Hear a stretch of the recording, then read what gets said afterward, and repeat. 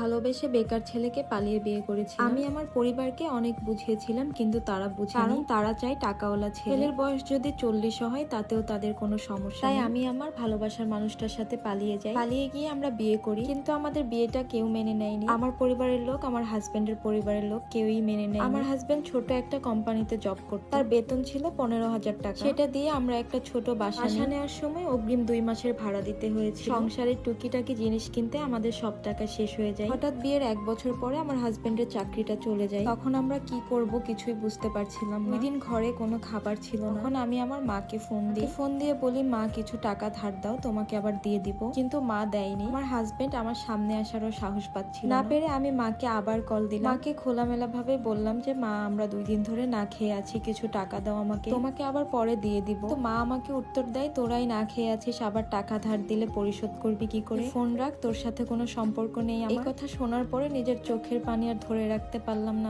আমি অনেক কান্না করেছিলাম, সাথে আমার হাজবেন্ডও অনেক কান্না করেছিল। আমাকে আমার হাজবেন্ড একটা কথাই বলছিল, তুমি ধৈর্য ধরো, একদিন সবকিছু ঠিক হয়ে যাবে। আমরা দুজন কি করব না করব কোনো দিশা পাচ্ছিলাম না। তখন না পেরে আমার হাজবেন্ড, আমাদের বাড়িওয়ালার একটা রিক্সা ছিল, এটা নিয়ে চালাতে গেল। সারাটা দিন বেচারি রিক্সা চালিয়ে চাল ডাল তেল সবকিছু কিনে নিয়ে আসে। ভাত খেতে বসে দেখি তার পুরো হাতে ফোসকা পড়ে গেছে। এটা দেখার পরে সেদিন আমি অনেক কষ্ট পেয়েছিলাম। এর মধ্যে হঠাৎ আমার হাজবেন্ড অসুস্থ হয়ে পড়ে। ঈদের একটা দিনে আমাদের ঘরে কোনো বাজার ছিল না। বিয়ের পর আমাদের দুজনের প্রথম ঈদ, কিন্তু আমরা দুজন না খেয়ে ঈদ পার করলাম। সারাটা দিন না খেয়ে থাকার পরে রাতে আমার হাজবেন্ড রিক্সা নিয়ে বের হলো। ঈদের দিন রাতে রিক্সা চালিয়ে চাল ডাল আর 2টা ডিম নিয়ে আমার হাজবেন্ড বাড়িতে আসে। বাড়িতে এসে আমার হাতে বাজারগুলো দিল আর কিছু টাকা দিয়ে আমাকে বলল, তুমি তোমার পড়াশোনা আবার শুরু করো। কিন্তু আমি বললাম যে না, আমি আর পড়াশোনা করব না। পরে আমার হাজবেন্ডের জোরাজোরিতে আমি আবার পড়াশোনা শুরু করলাম। আর আমার হাজবেন্ড সারাটা দিন রিক্সা চালাতো, আবার মাঝরাতে বের হতো রিক্সা চালাতে। সে বলতো মাঝরাতে নাকি বেশি ভাড়া হয়। এভাবে দিনরাত পরিশ্রম করে কিছু টাকা গুছিয়ে সে একটা রিক্সাটা কিনে সে একজনের কাছে ভাড়া দিল। আমার হাজবেন্ড সারাদিন কাঁচামালের ব্যবসা করতো আর রাতে রিক্সা চালাতে যেত। ভাবে বেশ ভালোই দিন কাটছিল আমার, কিন্তু কপাল খারাপ হলো যা হয় আর।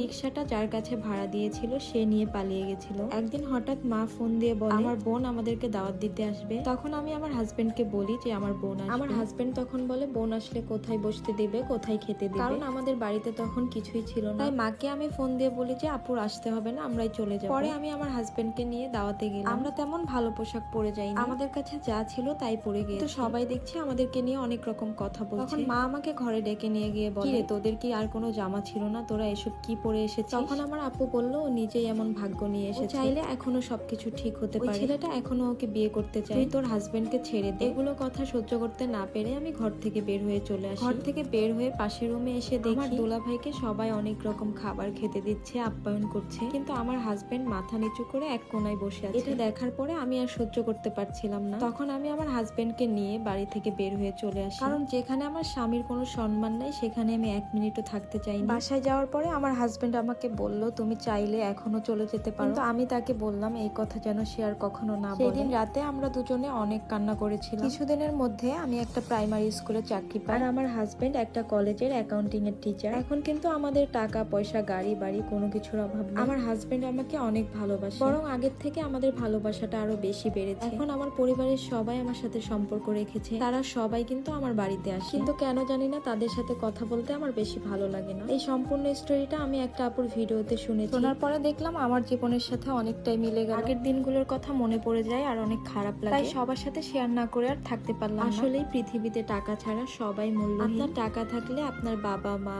ভাই বোন সবাই আপনাকে ভালোবাসবে, আর টাকা না থাকলে কেউ আপনাকে ভালোবাসবে না।